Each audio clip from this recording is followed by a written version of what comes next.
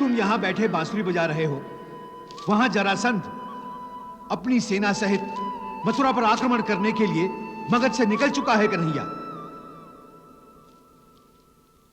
दाऊ भैया, हम युद्ध नहीं करेंगे। ये तुम क्या कह रहे हो कन्हैया? यदि हम युद्ध नहीं करेंगे तो जरासंध हमें बंदी बनाकर ले जाएगा। वो हमें बंदी तब बनाएगा जब हम मथुरा में होंगे। कृष्ण जैसा शत्रु मुझसे भयभीत होकर मथुरा छोड़कर भाग जाता है, और ये तुच्छ दस्यु केतुमाल मेरी प्रजा को, मेरे गणतंत्र के राजाओं को त्रस्त करता है। ये कैसी विडंबना है? महाराज, अभी अभी समाचार मिला है कि विदर्भ राज्य के युवराज रुक्मी आपके लिए उपहार लेकर मगध की ओर आ रहे हैं। महामंत्री, युवराज रुक्मी हमारे मित्र भी हैं और विदर्भ के साथ हमारे राजनीतिक संबंध भी हैं। यदि दस्यु केतुमाल ने रुक्मी को लूट लिया तो नहीं, मैं मगध पर यह लांछन नहीं लगने दूंगा। हमारे पास एक उपाय है महामंत्री। लूट दो इन सबको, और जो विरोध करे उसका सिर काट दो।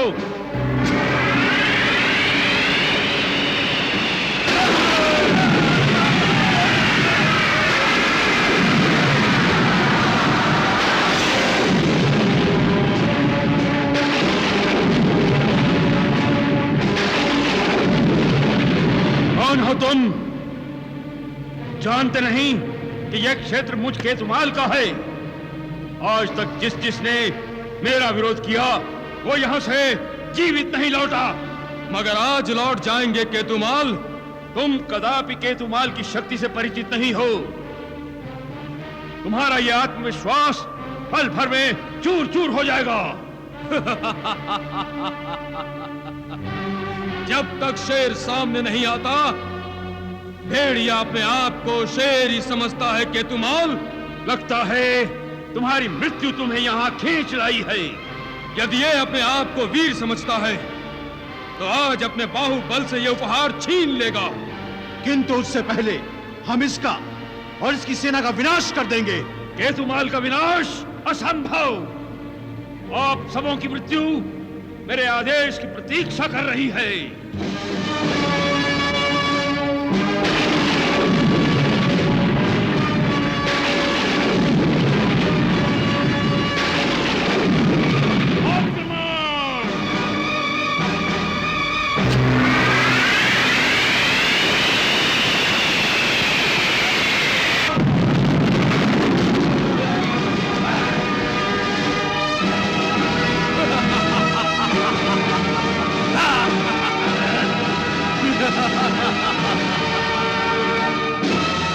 वाह, तुम अवश्य कोई महावीर हो।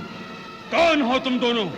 मैं चेटी देश का राजकुमार और काका श्री सम्राट जरासंध का शिष्य शिशुपाल, और तुम्हारा काल।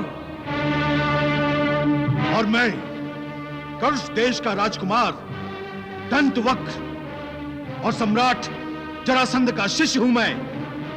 तुम्हें बंदी बनाने के लिए हमें सम्राट ने यहां भेजा है। यदि तुम अपने आप को हमें समर्पित नहीं करते तो हम तुम्हें बंदी बनाकर मगध ले जाएंगे।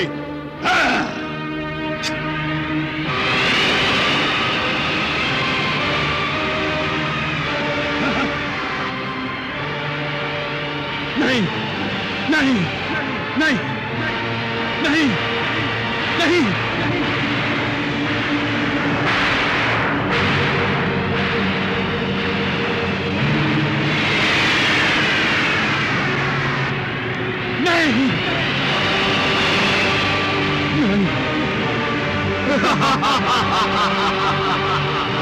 केतुमाल,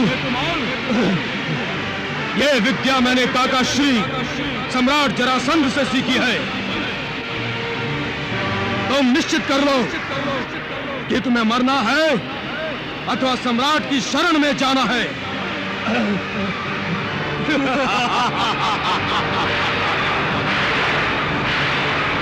अब तो मेरी इस मृत्यु को मेरे सिर से हटा दो।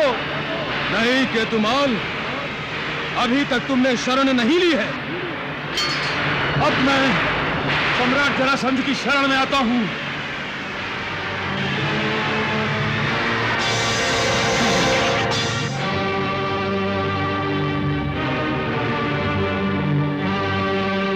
सैनिकों, बंदी बना लो इसे।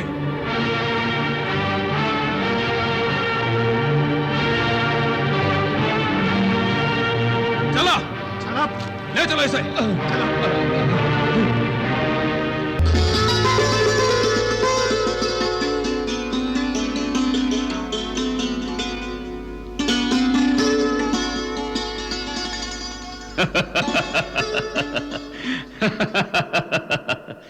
आप सुरक्षित मगध देश पहुंच गए। हमारे लिए यही उपहार है युवराज रुक्मी। इसका सारा श्रेय शिशुपाल और दंतवक्र को है महाराज। ये सब तो काका श्री का आशीर्वाद है। अब किसी को केतुमाल का भय नहीं रहा। शिशुपाल और दंतवक्र दोनों कल के होने वाले सम्राट हैं। काका श्री, अब हम अपनी अपनी नगरी वापस जाना चाहेंगे। कृपया आज्ञा दीजिए।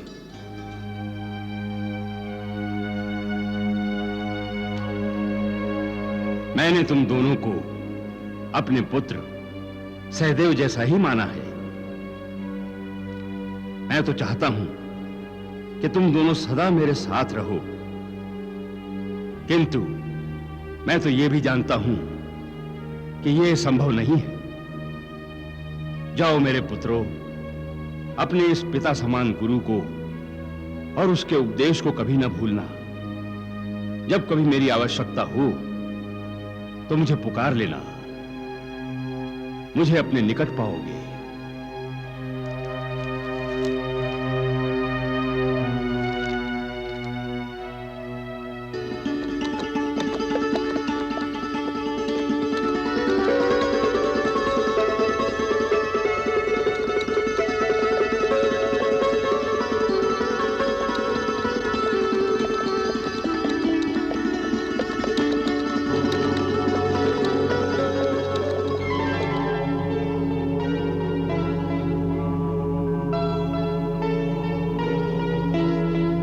शिशुपाल, अवश्य किसी तपस्वी का स्थान है ये। चलो, कोई महात्मा वहां होंगे तो आशीर्वाद मिल ही जाएगा। अवश्य। चलो चलो।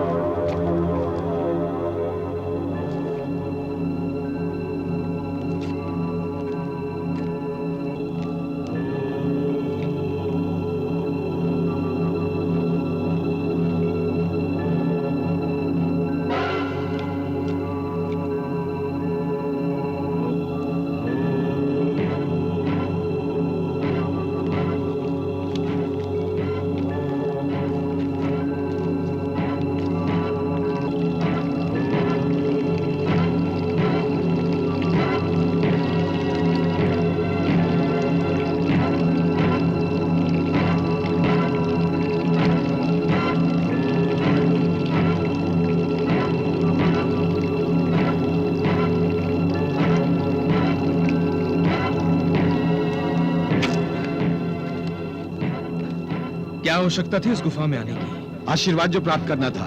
वापस चलें? नहीं, पग बढ़ाने के पश्चात पीछे हटना कायरता होती है दंतवक्र। ये तो कोई माया जान पड़ती है जो हमें भयभीत करना चाहती है। तुम मेरे पीछे पीछे आओ।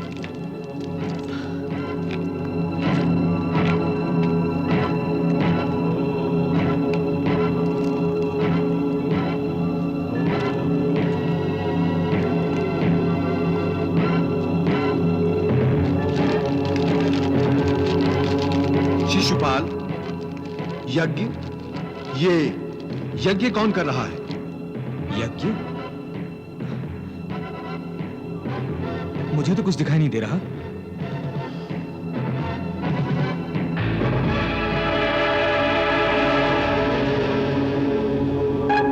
मुझे दिखाई दे रहा है।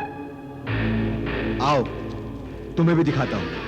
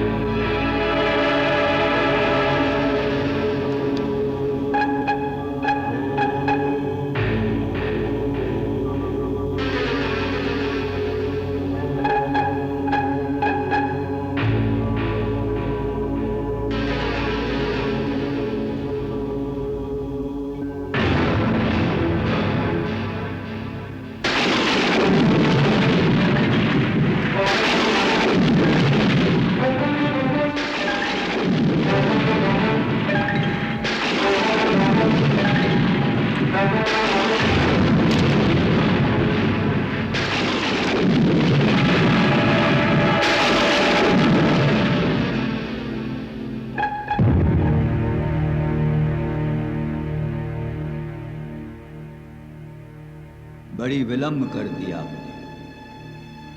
पिछले 2 युगों से आप दोनों की प्रतीक्षा कर रहा हूं मैं। हमारी प्रतीक्षा 2 युगों से? क्यों? आपने आकर मेरी मुक्ति का द्वार खोल दिया। आपकी मुक्ति? क्यों? क्या आप भी कभी श्रापग्रस्त हो गए थे? हां, उन दिनों तीसरा देवासुर संग्राम चल रहा था।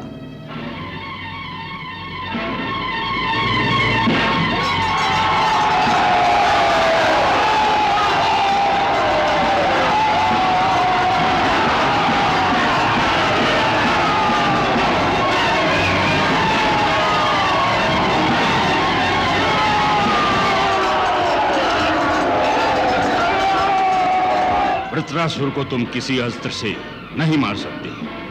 इंद्र, अपने वज्र पर सागर का फेन चढ़ाकर भगवान विष्णु का ध्यान करो और उस पर एकांत में प्रहार करो, तभी तुम विजयी हो सकोगे।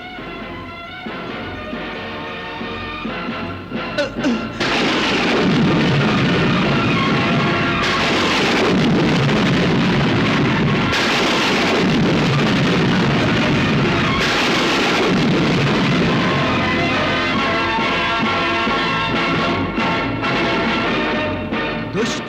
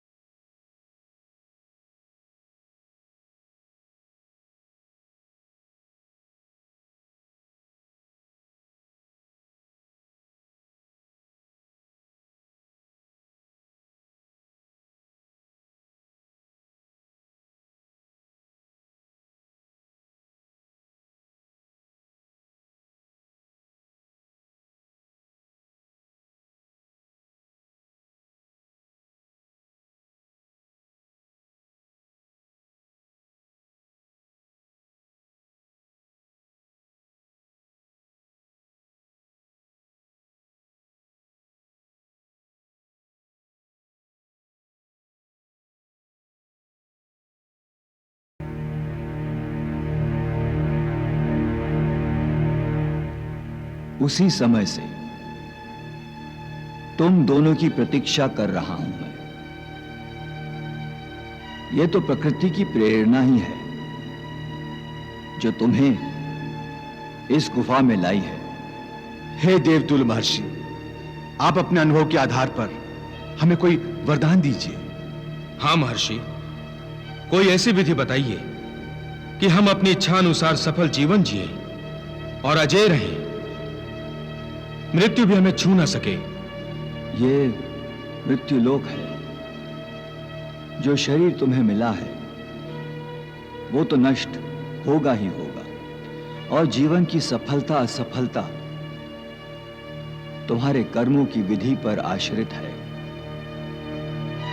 यदि नियमबद्ध आस्था तथा विश्वास सहित कर्म करोगे तो सदा सफल रहोगे। एक बात का ध्यान रखना, गुण कहीं से भी मिले, किसी से भी मिले, उन्हें ग्रहण करना और अपने अवगुणों का परित्याग करना। कभी किसी से ईर्ष्या नहीं करना। जिस दिन तुम ईर्ष्या में जलने लगोगे उसी समय मृत्यु को प्राप्त हो जाओगे। अब तुम दोनों जाओ और एकांत वन प्रदेश में भगवान शिव की आराधना करो।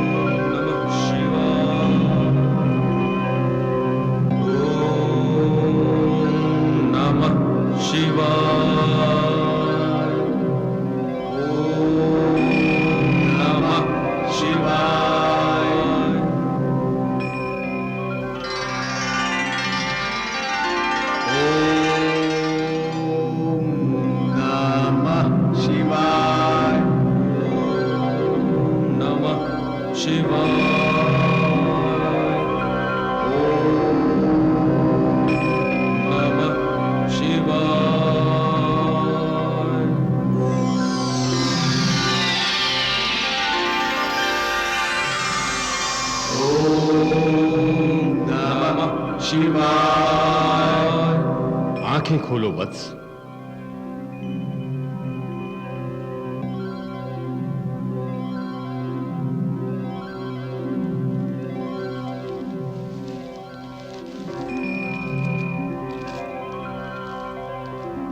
किस लिए हमारा नाम जप कर हमें प्रसन्न किया है तुम दोनों ने?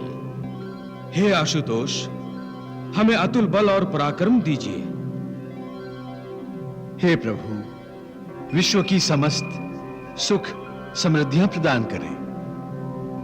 शत्रु के सम्मुख हमारा उत्साह कभी क्षीण ना हो प्रभु। हे भोलेनाथ, मृत्यु के समय हमें परब्रह्म के दर्शन हो और हम उन्हीं में समा जाएं। तथास्तु।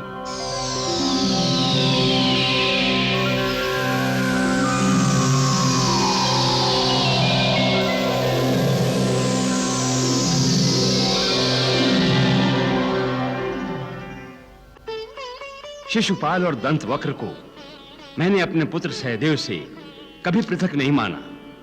दोनों बचपन से ही मेरे साथ थे। महाराज, शिशुपाल ने मुझे बहुत प्रभावित किया है। मेरी छोटी बहन रुक्मिणी अब विवाह योग्य हो गई है।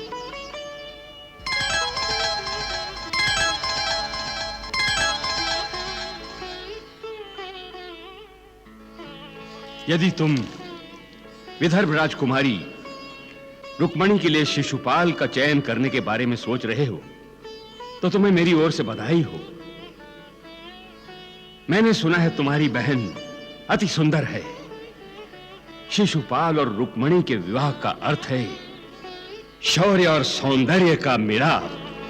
हां महाराज, ये विवाह अवश्य होगा, अवश्य होगा। नारायण नारायण। प्रभु, आपसे बड़ा नाटककार इस संसार में दूसरा कोई नहीं। एक और आपने शिशुपाल और रुक्मिणी देवी के विवाह की नींव डाल दी और दूसरी ओर स्वयं देवी रुक्मिणी आपसे प्रेम कर रही हैं, आपसे विवाह करना चाहती हैं।